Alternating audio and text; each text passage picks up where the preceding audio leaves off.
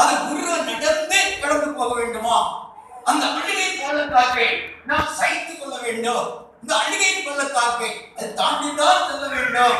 அந்த அழுகை பள்ளத்தாக்கை நாம் தாண்டி செல்லும் போதுதான் அநேக விசேஷமான உத்திரங்களை, விசேஷமான நன்மைகளை, விசேஷமான கிருபைகளை, மேன்மையான கொள்கைகளை நம்முடைய வாழ்க்கையிலே நாம் சுதந்திரிக்க முடியும். இந்த அழுகை பள்ளத்தாக்கில் அநேக பரிசுத்தவான்கள் கடந்து போனார்கள். அழுகை பள்ளத்தாக்கில் கடந்து போனால் எத்தனையோ மேன்மைகளை கர்த்தர் நமக்கு வைத்திருக்கிறார். அழுகை பள்ளத்தாக்கு ஏன் அப்படி வருகிறது? சில நேரங்களில் நமக்கு சில நஷ்டங்கள் வரும்போது, எதிர்பார்க்கிற சில நன்மைகள் கிடைக்காதபடி போகும்போது, இது பலவிதமான கஷ்டங்களும் வறுமைகளும் இழப்புகளும் வாழ்க்கை உருவாகும் போது அழுகை பள்ளத்தாக்குள்ளே தேவன் நம்மை இதோ அனுமதிக்க ஆரம்பிக்கிறார். அந்த அழுகை பள்ளத்தாக்குள் போகும்போது அதை சகிக்கிறதற்கு, அதை தாங்குவதற்கு, அதை உருவ கடந்து போவதற்கு கர்த்தர் தம்முடைய ஜனத்துக்கு பலம் கொடுக்கிற தேவன். அல்லேலூயா, அல்லேலூயா. 21 சங்கீதம் படிக்கிறோம், கர்த்தர் தம்முடைய ஜனத்துக்கு பலம் கொடுப்பார். அல்லேலூயா. நமக்கு பலம் கொடுக்கிறவர் கர்த்தர். என்ன தாங்க முடியவில்லையே, இவ்வளவு இழப்பு வந்துவிட்டது, இவ்வளவு வேதனை என்று மிகவும் நாம் அழ வேண்டிய சில சந்தர்ப்பங்கள் வருகிறது. இதோ எதிர்பார்க்கிற காரியத்திற்கு, எதிர்பார்க்கிற நன்மையை என்னால் பெற்றுக்கொள்ள முடியாதபடி மேலும் மேலும் மேலும் எப்படிப்பட்ட நஷ்டங்களா, இப்படிப்பட்ட கஷ்டங்களா, இப்படிப்பட்ட உபத்திரவமா என்று நாம் சிந்தித்து தேவனுடைய சமூகத்திலே அழ வேண்டிய நாம் சில நேரம் மனுஷர்களுக்கு முறுமுறுக்க வேண்டிய சூழ்நிலை வருகிற, தாங்க முடியவில்லை, என்னால் அதை சகிக்க முடியவில்லை. ஆனால் வேதம் என்ன சொல்லுகிறது? அதை உருவ நடந்து போக வேண்டுமா? அதை சகித்து அதை நம்முடைய வாழ்க்கையை அனுபவித்து கடந்து போக வேண்டுமா? இந்த பூமிக்குரிய வாழ்க்கை எப்போ அழுகை பள்ளத்தாக்கு தான். வேதத்துக்கு அநேக பள்ளத்தாக்குகள் குறித்து சொல்லப்பட்டிருக்கிறது. ஆனால் இங்கே சொல்லப்பட்ட பள்ளத்தாக்கு அழுகையின் பள்ளத்தாக்கு. இந்த அழுகையின் பள்ளத்தாக்கு எதற்காக? இதோ மழையும் குளங்களை நிரப்புமா? மழை என்பது ஒரு ஆசீர்வாதம், தேவனுடைய அபிஷேகம். மழை இதோ குளங்களை நிரப்பும். குளம் என்பது நம்முடைய வாழ்க்கை. நம்முடைய வாழ்க்கையை தேவன் நம்முடைய ஆசீர்வாதத்தை நிரப்ப வேண்டும் என்றால் அழுகையின் பள்ளத்தாக்கை கடந்து போக வேண்டும். தேவ ஜனமான இஸ்ரவேல் ஜனம் அழுகை பள்ளத்தாக்கில் வருகிறார்கள். பயங்கரமான மாறா என்று சொல்கிற இடத்தில் வருகிறார்கள். தாங்க முடியல, தண்ணீர் இல்ல, பெரிய வேதனை. ஆனால் அந்த இடத்தில் அவர்கள் மிகவும் தத்தளிக்கிறார்கள், மிகவும் வேதனைப்படுகிறார்கள். ஆனால் கர்த்தர் அவர்களுக்காக அருமையான நீரூற்றுகளை தேவன் சுரக்க பண்ணினார். ஒரு அல்லேலூயா சொல்லுகிறார், நல்ல அல்லேலூயா சொல்லுகிறார். இந்த நாள் பகல் வேளையில தேவ பிள்ளையே, எப்போதும் அழுகையின் பள்ளத்தாக்கு தேவனை வைக்கிற தேவன் அல்ல. சில காலங்களுக்கு நஷ்டங்கள் இருக்கலாம், சில காலங்கள் உபத்திரவ வேதனை இருக்கலாம். அதுக்கு மாறுதலை கர்த்தர் வைத்திருக்கிறார். வேத புத்தகத்தை அநேக பரிசுத்தவான்கள் அழுகையின் பள்ளத்தாக்கை கடந்து போயிருக்கிறார்கள். வாசிக்க போகிறோம். 1 சாமுவேல் புத்தகம் 30வது அதிகாரம் 4வது வசனத்தை ஒன்று வாசி. அப்பொழுது தாவீதும் அவனோடு இருந்த ஜனங்களும் அழுகிறதற்கு தங்களில் பலனில்லாமல் போக மட்டும், அழுகிறதற்கு தங்களிலே பலன் இல்லாமல் போக மட்டும் சத்தமிட்டு அழுதார்கள். அருமையான தேவ பிள்ளைகளே, எல்லாரும் எடுத்துட்டீங்களா? 1 சாமுவேல் புத்தகம் 30வது அதிகாரம் அதனுடைய 4வது வசனம். இந்த நாள் பகல் வேளையிலே தேவனுடைய வார்த்தையற்ற தேவ பிள்ளையே, இப்படிப்பட்டதான அழுகையின் பள்ளத்தால் அநேக பரிசுத்தவான்கள் கடந்து போயிருக்கிறார்கள். அதிலே வந்து தாவீதுடைய வாழ்க்கையிலே தாங்க முடியாத அழுகையும் வேதனையும் பட வேண்டிய சூழ்நிலை வந்தது. ஏன்? 3 நாள் யுத்தத்துக்காக வேண்டி ஒரு யுத்தத்துக்கு கடந்து போனார். யுத்தத்துக்கு போய்விட்டு திரும்பி வருகிறார். அவருடைய மனைவி, பிள்ளைகள், அவருடைய ஆடு மாடு ஒட்டகங்கள் சிக்லாக் என்று சொல்லுகிற கிராமத்திலே அங்கே குடியிருந்தார். அவர்கள் எல்லாம் விட்டு தான் அவர் யுத்தத்துக்கு போனார். யுத்தத்துக்கு போய்விட்டு மகிழ்ச்சியோட ஒரு வரல, மிகுந்த வேதனையோடு வந்தார். காரணம், கூட இருந்தவர்கள் இந்த தாவீதையும் இந்த ஜனத்தை நாம் யுத்தத்துக்கு அழைத்து போனால் நமக்கு எதிராக மாறிவிடுவார்கள் என்று சொல்லி அந்த பெலிஸ்தியர்கள் தாவீதை திருப்பி அனுப்பிவிட்டு விட்டார். இவர் மிகுந்த வேதனையோடு கூட சிக்லாகில் வருகிறார். இங்கே வரும்போது என்ன நடந்தது, அது ஒரு வார்த்தை நீங்கள் வாசிக்க போகிறீர்கள். 30ஆம் அதிகாரத்தினுடைய 3வது வசனத்தை ஒன்று வாசி. அவன் மனுஷரும் அந்த பட்டணத்திற்கு வந்தபோது இதோ அது அக்கினியினால் சுட்டெரிக்கப்பட்டது என்றும் தங்கள் மனைவிகளும் தங்கள் குமாரரும் தங்கள் குமாரத்திகளும் சிறைபிடித்து கொண்டு போகப்பட்டார்கள் என்றும் கண்டார்கள். அப்ப அவர்கள் வைத்துவிட்டு போன அருமையான மனைவிமார், பிள்ளைகள், ஆடு மாடு ஒட்டகங்கள், என்ன அவர்களுக்கு இந்த அருமையான கூடாரங்கள் எல்லாவற்றையும் சூறையாடி விட்டார்கள் அமெரிக்கியர். அந்த இடத்தில் பார்க்கும் போது கூடாரத்தை எல்லாம் சுட்டெரித்து தள்ளிவிட்டார்கள். வெறும் மண்ணுதான் இருக்கிறது. தாங்க முடியல வேதனை. என்ன செய்வேன் என்று சொல்லி தாவீது கதறுகிறார். கூட இருக்கிற நூற்றுக்கணக்கானவருடைய உடன் அருமையான சகோதரர்கள், அவர்களுடைய பிள்ளைகள், அவர்களுடைய மனைவிமார் எல்லாத்தையும் சூறையாடி கொண்டு போய்விட்டார். தாங்க முடியல.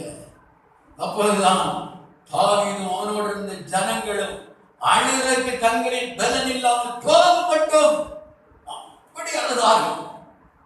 இனிமேல் எனக்கு கண்ணீர் விட வழி இல்லை. நீங்கள் சகோதரர் சொல்லாங்க, நான் விட வேண்டிய கண்ணீர் எல்லாம் எப்படி விட வேண்டிய கண்ணீர் எல்லாம் இங்கதான் இருக்கு கண்ணீர். அதே சகோதரர்கள் சொல்றேன், சகோதரிமா சொல்லுறேன் கேட்டு பலன் இல்லை, இனிமேல் தாங்க முடியாது.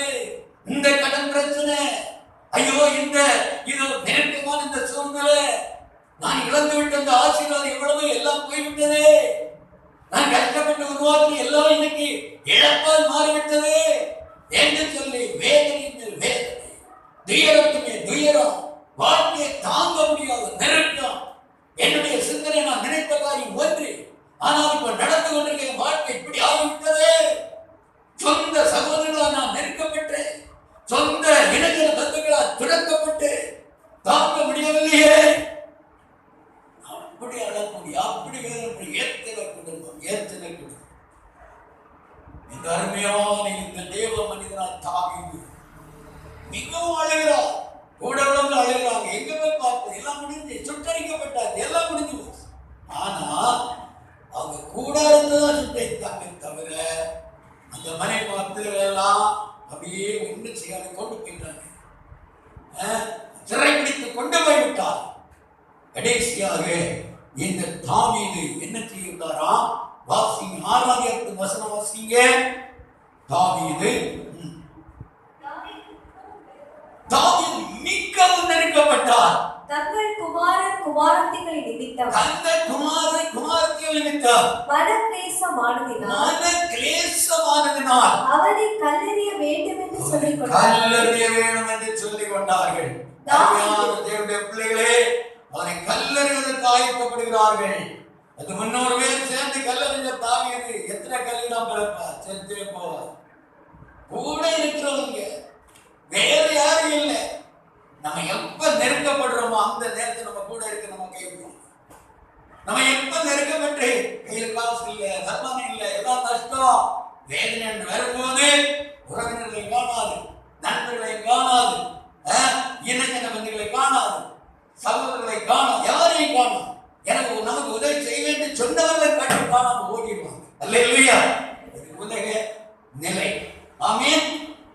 அதான் தாவீது சொல்கிறார், வலதுபுறமாய் கண்மைக்கு பாரு, என்ன அறிவார், எனக்கு உதவி இல்லாமல் போய்விட்டது, எனக்கு ஆதரவு இல்லாமல் போய்விட்டது என்று கதறுகிறார். இந்த நாள் பகல் வேளையிலே தேவனுடைய பல்ல நெருக்கத்தின் மத்தியிலே இருந்து கொண்டு அழுகையின் பள்ளத்தாக்கு நின்று தத்தளிக்கிறோமா? தேவனுக்கு தெரியும். ஆகாரதான் சொன்னான், நீர் என்னை காண்கிறது, மனுஷன் காணல, உலகம் காணல, பக்கத்தில் இருக்கக்கூடிய காணல, ஆனால் தேவன் நம்மை கவனிக்கிறார்.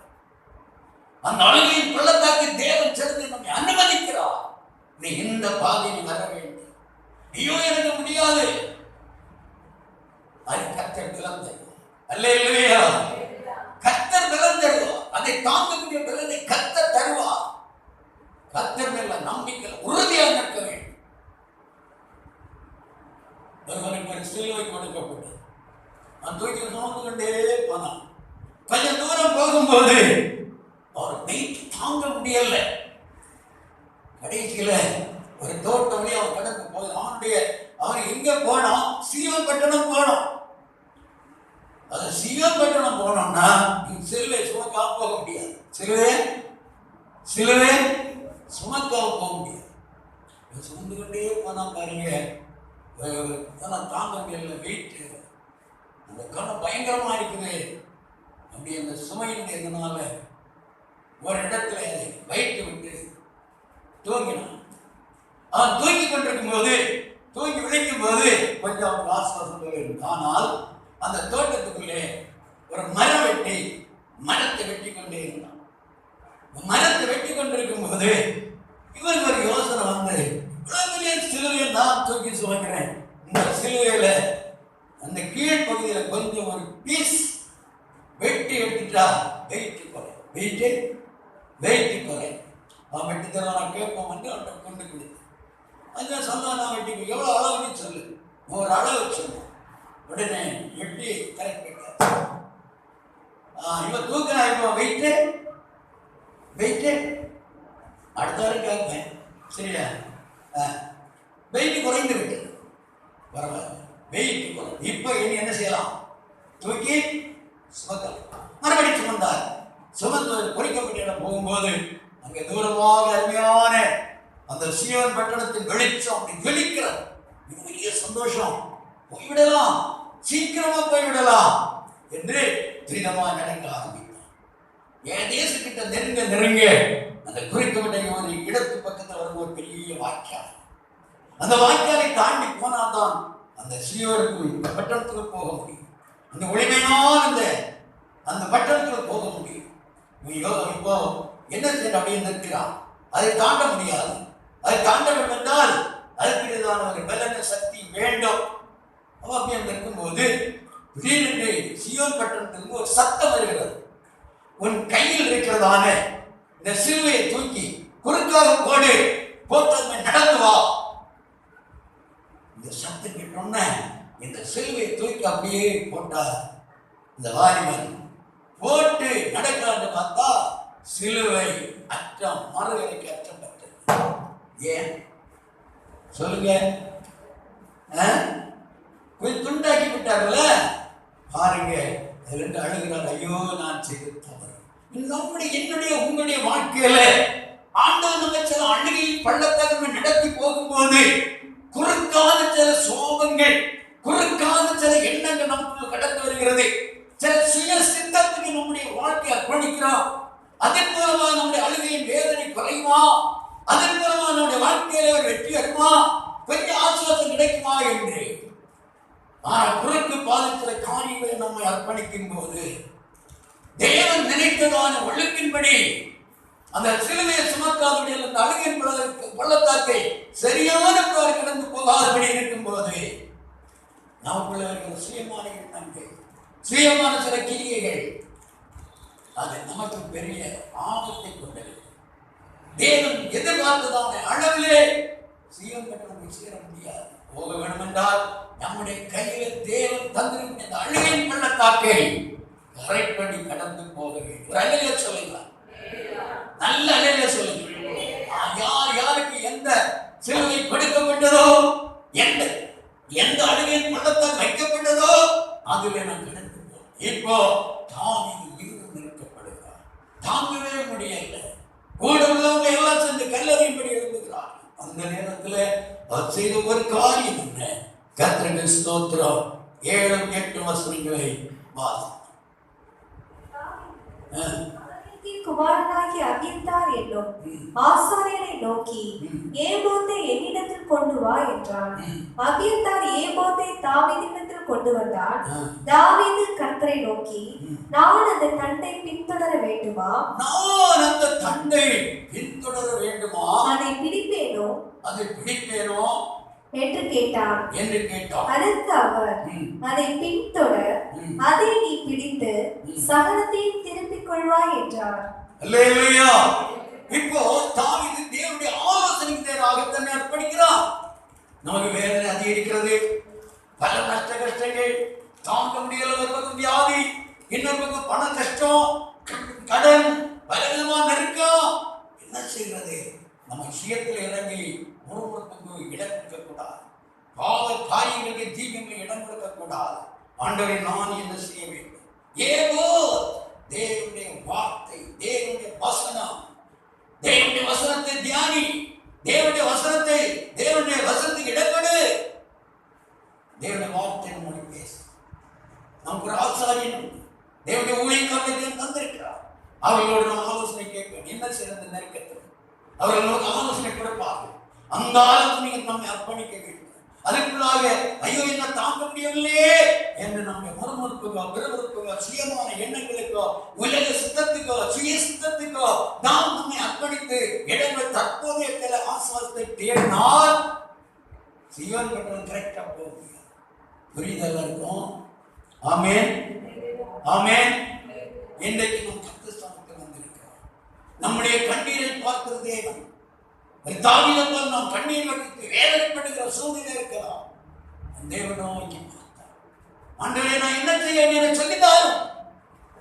கர்த்தர் சொன்னார், நீ இந்த தண்டை பின்தொடர்ந்து போ. இந்த தாவீது அந்த தண்டை பின்தொடர்ந்து போக்கு கேட்கும் நேரத்தில் அந்த தண்டில் உள்ளவர்கள் கொண்டு வர எல்லாவற்றையும் ஒரு குறிக்கப்பட்ட ஆற்றங்கரை மடக்கி வைத்து விட்டு அமைதியாக தூங்குகிறார்கள். கர்த்தர் தூங்க வைத்து தேவ பிள்ளையே, உன்னுடைய வாழ்க்கையிலே உனக்கு கிடைக்க வேண்டிய ஆசீர்வாதங்களை தருவதற்கு தேவன் வழி அங்கு வைத்திருப்பார். நீ கர்த்தரிடத்தை கேட்க வேண்டும். நான் செய்ய வேண்டிய காரியம் என்ன? உன்னுடைய பிளான் என்ன? இந்த தண்டை நான் பின்தொடரலாமா அல்ல வேண்டாமா? ஆலோசனை கேட்கிறார். உலக மனுஷனத்தில் அல்ல, வேதம் சொல்ல நான் உனக்கு போதித்து நீ நடக்க வேண்டிய வாழ்க்கையை காட்டுவேன். உண்மையில் கண்ண வைத்து ஆலோசனையின் தேவன் நம்முடைய தேவன். இந்த ஆலோசனை தேவனுடைய சமூகத்தில் நம்ம ஆலோசனை கேட்கணும். கேட்டால் கர்த்தர் ஆலோசனை கொடுப்பார். நாம் நேரம் ஜெபிக்கிறோம், சரியான ஒரு முடிவு வரல, வெளிச்சம் வரல, போன் பண்ணி ஊழியக்காரன் ஊழியக்காரங்களோடு சேர்ந்து இந்த காரியம் ஈடுபடணும். கர்த்தருக்கு ஒரு வழியை திறப்பார். கர்த்தருக்கு ஒரு வழியை நமக்கு காண்பித்து தருவார். தேவனால் முடியும். அருமையான தேவனுடைய பிள்ளைகளே, வேதத்திலே படிக்கிறோம்.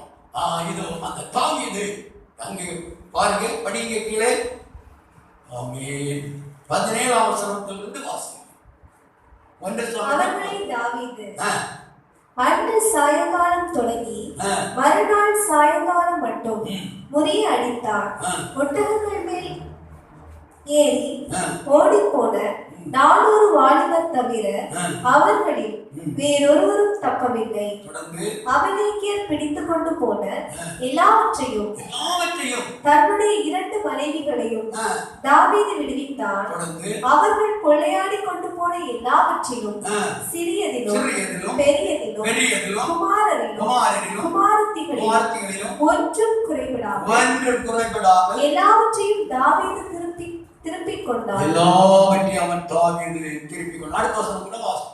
எல்லா ஆடு மாடுகளையும் தாவீது பிடித்துக் கொண்டான். அவைகளில் தங்கள் மிருக ஜீவன்களுக்கு முன்னாலே ஓட்டி, இது தாவீதின் கொள்ளை என்றார்கள். அல்லேலூயா, அல்லேலூயா.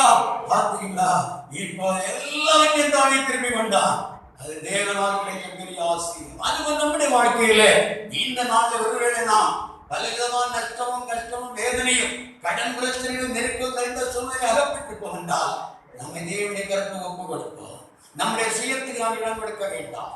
சுய பிளான், சுய சித்தத்துக்கு ஒப்பு கொடுக்க வேண்டாம். கர்த்தருடைய சொந்த ஆலோசனைக்கு நான் செய்ய வேண்டிய ஏவத்தை கேட்போம். ஏவோ கர்த்தருடைய வசனம், தேவனுடைய வசனத்தை கேட்போம். ஆண்டவரே நீர் என்ன சொல்லுது சொல்லித்தாருங்க. ஆசாரியத்தை கேட்போம். ஆண்டவரை பார்த்து அமருவோம். ஆண்டவர் பேசுவார். நல்ல ஆலோசனை கத்த தருவார். நாம் பெற்றுக்கொள்ள வேண்டிய ஆசை நமக்கு திருப்தி கத்த தருவார். நஷ்டப்பட்ட நன்மைகளை கத்த தருவார். நஷ்டப்பட்டதான நெருக்கடிகள் மாற்றுவார். ஹல்லேலூயா, ஹல்லேலூயா. இது அள்ளிகையின் பள்ளத்தாக்கு ஒருவன் நடந்து கடந்து போய் அவர் மழையின் குளங்களை நிரப்பக்கூடியவர்கள் அவர் ஆசீர்வதிக்கப்படுவார்கள். அதே தாவீது வாழ்க்கை கற்றுக்காக காண்பித்தார். தாவீது அந்த பாதையை தாவீது நடத்தினார். சில நேரம் தேவன் நம்மை அழகின் பள்ளத்தாக்கு கொண்டு போக நமக்கு தீமைக்கல்ல, அவனுக்கு அன்பு கூறுவதற்கு நடக்கிற சகலமும் நன்மைக்கு.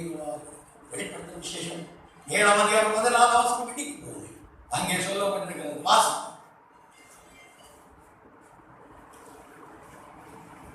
வெளிப்படுத்தல் 7:14 வாசிங்கள். அதற்கு நான், ஆண்டவனே, அது உமக்கே தெரியும் என்றேன். அப்பொழுது அவர், இவர்கள் மிகுந்த உபத்திரவத்திலிருந்து வந்தவர்கள், இவர்கள் தங்கள் அங்கிகளை ஆட்டுக்குட்டியானவருடைய இரத்தத்திலே தோய்த்து வெளுத்தவர்கள். ஆனபடியால் இவர்கள் தேவனுடைய சிங்காசனத்திற்கு முன்பாக இருந்து இரவும் பகலும் அவருடைய ஆலயத்திலே அவரை சேவிக்கிறார்கள். சிங்காசனத்தின் மேல் வீற்றிருக்கிறவர் இவர்களுக்குள்ளே வாசமாயிருப்பார்.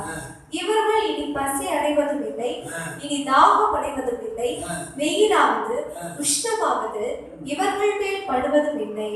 சிங்காசனத்தின் மத்தியில் இருக்கிற ஆட்டுக்குட்டியானவரே இவர்களை மேய்த்து இவர்களை ஜீவ தண்ணீர் உள்ள ஊற்றண்டைக்கு நடத்துவார். தேவன் தாமே இவர்களுடைய கண்ணீர் யாவையும் துடைப்பார் என்றார். அல்லேலூயா. கண்ணீரை துடைக்கப்படும் நேரம் வருகிறது. இன்றைக்கு இவர்களை தேட வருகை இருக்கலாம். அருமையான தேவனுடைய பிள்ளையோட வருகைக்கு நம்மை தகுதிப்படுத்துவோம். அழுகையின் பள்ளத்தாக்கு ஒருவன் நடந்து பொறுமையோடு கடந்து போவோம். அவசரப்பட்டு செய்யத்தில் நாம் இறங்க வேண்டாம். அவன் அந்த சிலுவை துண்டிக்காவிட்டால் நிச்சயமாக அவன் சீயன் பட்டணத்துக்கு பிரவேசிக்க முடியும். இந்த நாள் மகள் நம்மை நாமே தேவனுக்கு படிப்போம். ஆண்டவருடைய சுயமான சித்தங்கள் இருக்கிறதா? உமக்கு பிரியமில்லா காரியங்கள் இருக்கிறதா? என்னை பரிசுத்தப்படுத்தும். நான் பரிசுத்தமுள்ள பாத்திரமாய் பரிசுத்தமாய் முகத்தை தரிசிக்க எனக்கு உதவி செய்யும். என் கண்ணீரை துடைக்கும்படி நீ எழுத்து நின்று கொண்டிருக்கிற ஒரு தேவா கல்லறையை பற்றி கண்ணீர் வடிக்கும் போது ஆண்டவராய் இயேசு சும்மா இருக்கவில்லை. தேவானுக்கு எழுந்து நின்றார். இந்த நாள் பகல்களிலே அருமையான தேவ பிள்ளையே, நீ கண்ணீர் வடிக்கிறேன் நீ நினைக்கிறார். உனக்காக தேசை எழுந்து நிற்கிறார். உன் வேதனை மத்தியிலே, உன் கண்ணீரின் மத்தியிலே உனக்கு ஆபத்து கொடுக்க, உனக்கு சமாதானம் கொடுக்க. ஆனால் நீ ஒரு காரியத்தை பார்க்கிற, என்ன இந்த சோதனையை சகிக்கிறதா? இந்த கண்ணீரின் பள்ளத்தாக்கை சகிக்கிறதா? அதை கரெக்டான முறையில் கடந்து வருகிறார். கவனித்துக் கொண்டே இருக்கிறார். நாங்கள் சொல்கிறார், நீ என்னை காண்கிறது, நீ என்னை காண்கிறது. எல்லாரும் நம்முடைய எல்லா சூரியக்கத்தை கவனித்துக் கொண்டிருக்கிறார். நம்ம தேவனுடைய கருத்து முழுமையான மேற்படி ஆண்டவரே, இந்த நாள் பகல்களிலே என்னை வந்து கூட பரிசுத்தம் எடுத்தோம். என் குடும்பத்தில் இருக்கிற இழப்புகள், வேதனைகள், கண்ணீரின் சூழ்நிலைகள், கஷ்டங்கள், எல்லா எவ்வளவோ விதவிதமான வறுமைகள், இல்ல பயங்கரமான கடன் பிரச்சனைகள், பலவிதமான வியாதிகள், மனுஷரால் வருகிற நெருக்கங்கள், நிந்தனைகள், இவளெல்லாம் எனக்கு நான் நெருக்கப்பட்டுக் கொண்டிருக்கிறேன். இவளெல்லாவற்றின் மத்தியிலும் கண்ணி வெடித்துக் கொண்டிருக்கிறேன். இரவும் பகலும் என்னுடைய கட்டளை நான் கண்ணீரால் ஈரமாக்கினேன் என்று தாவீது சொல்கிறார். அப்படியே எழும்புவோம், அப்படியே நாம் எழும்புவோம். ஆண்டுடைய சமத்துவமாக படிப்போம். ஆவியாளர் தொடர்ந்து நம்மோடு கிரியை செய்வாராக. இவர் சக்தியை ஆவியில் ஆராதிக்க போகிறோம். நம்ம தேவனுடைய கருத்தை நமக்குமாக நம்மை ஒப்பு கொடுத்து, ஆண்டவரே இந்த நாளை எங்களுக்கு தந்த இந்த வார்த்தைகளுக்காக நான் ஸ்தோத்திரிக்கிறேன். அழுகையின் பள்ளத்தாக்கின் மத்தியில் இருக்கிறது. அதை நான் உருவ நடந்து கடந்து பலன் தாருங்க. அந்த கிருபை எனக்கு தாருங்க. என்னிட சக்தி இல்லை. கர்த்தர் உனக்கு அனுமதித்த அந்த அழுகையின் பள்ளத்தாக்கு உன்னுடைய வாழ்க்கையில் பெரிய அவசரத்தை கொண்டிருக்க வேண்டும். உன் கண்ணீரை துடைக்கிற நேசர் உன் பக்கமாக நின்று கொண்டிருக்கிறார். நம்முடைய வாழ்க்கையில சுயமான காரியத்தை ஒப்பு கொடுக்க வேண்டாம். சுய சித்தத்தை நாம் அர்ப்பணிக்க வேண்டாம். நம் சித்தமே செய்ய உம்முடைய பாதையை நடத்த, உமக்கு பிரியமான பாதையை நடத்த. என்னுடைய சுயமான எண்ணம், சுயமான சிந்தை, சுயமான நோக்கம், சுயமான தற்போதைய நிலையில் ஆசுவாசம் இருக்க வேண்டாம். நீ எப்படி என்னை நடத்துகிறோ என்ன அப்படி நடத்தும். எல்லாரும் ரெண்டு கரத்தை கூப்பி ஆண்டவரோடு கேளுங்க. பிள்ளைகள் மேல் ரெண்டு கரமுடி கூப்பி, ஏசப்பா என்னை எப்படி நடத்த சித்தமா உன்னை கருத்தை நான் படிக்கிறேன். நான் இப்பொழுது இருக்கிற நிலை கண்ணீரின் பள்ளத்தாக்கு. இந்த பள்ளத்தாக்கை நான் ஒருவன் நடந்து கடந்து போக எனக்கு பலன் தான். எல்லாரும் கேட்போம். வாய் திறந்து 2 நிமிஷம் கேளுங்க. ஆமென், ஆமென், ஆமென், ஆமென். ஹalleluya, ஹalleluya, ஹalleluya, ஹalleluya, ஹalleluya. இயேசுவே ஸ்தோத்திரம், ஸ்தோத்திரம், ஸ்தோத்திரம், ஸ்தோத்திரம், ஸ்தோத்திரம், ஸ்தோத்திரம், ஸ்தோத்திரம், ஸ்தோத்திரம், ஸ்தோத்திரம். ஆமென்.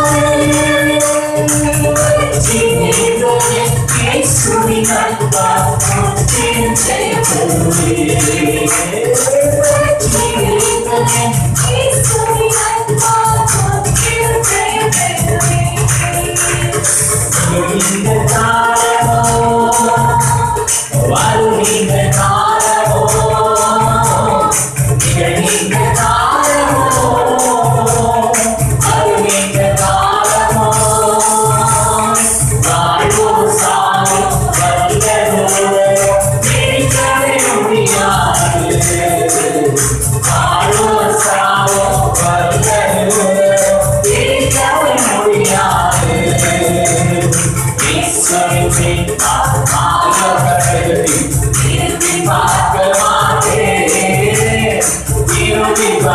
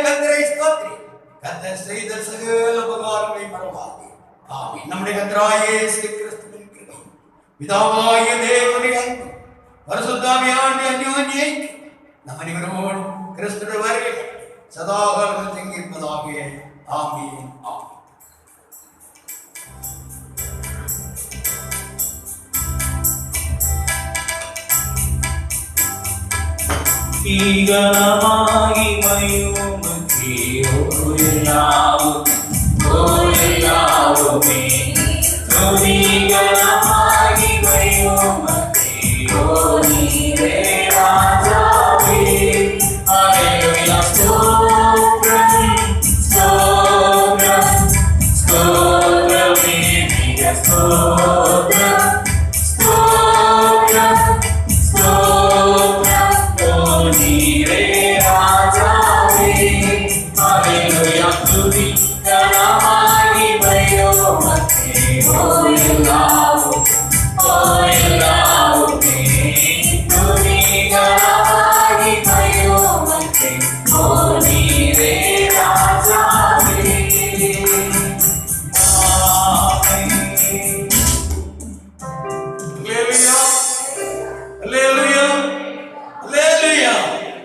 வெள்ளிக்கிழமை போல ஒரு வாசத்துவம் உண்டு. குறிக்கப்பட்ட கடந்து வாருங்கள். கத்திற்கிற கச்சேரியாக 10 மணிக்கு ஆரம்பி எல்லாத்தையும் கடந்து வாருங்கள்.